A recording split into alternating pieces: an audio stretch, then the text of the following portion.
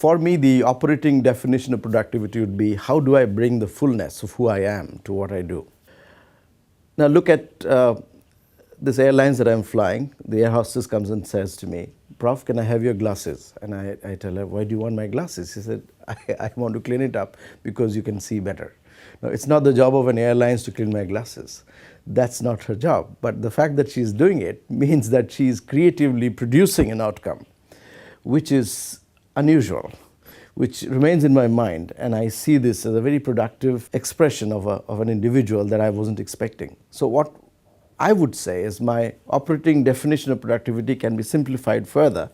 I would say productivity, small p, would be large potential, capital P, minus the mind's interference. Now, this interference often comes from the organization itself, the organization structures, the rules, regulations, procedures, and you name it. And it is internalized by the follower, the employee, sometimes the leader, and that internalization means that I can't do this, I can't do that, I should follow this, I should follow that. And in that process, what happens, that a human being who is limitless, who is illimitable, who is infinite in his or her capacity becomes limited.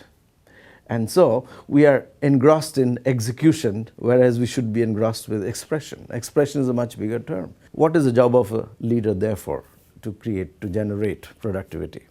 The job of the leader is to minimize interference, simplify rules, amplify contribution, amplify potential. That's the job of a leader. And this is exactly what you've been doing in the institutional context.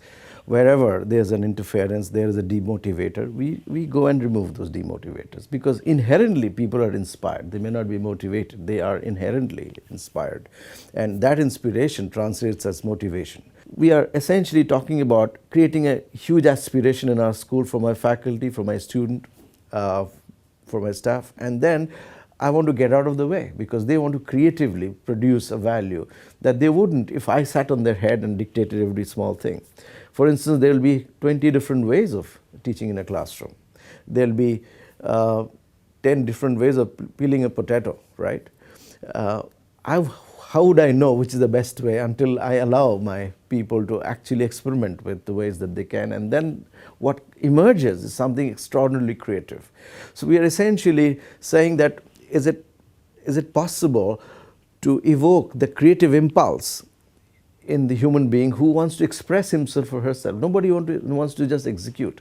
One wants to execute in a manner that is truly mine. You know, this is the way. Look at a cricket umpire who raises his hand in the gesture of out, and he will raise his hand like this, crooked fingers. This is not the normal stuff, but you know, in him there is this need for expression. Or a judge who wanted to be in the movies, and the judge could not be in the movies, he had to be a judge. So when he delivers judgment, it is so dramatically done that you know that this man has a very creative way of expressing himself. He may be a judge, but he doesn't deliver judgment in the way most judges would. So this is something that we wanted to make sure translates as value in our institution.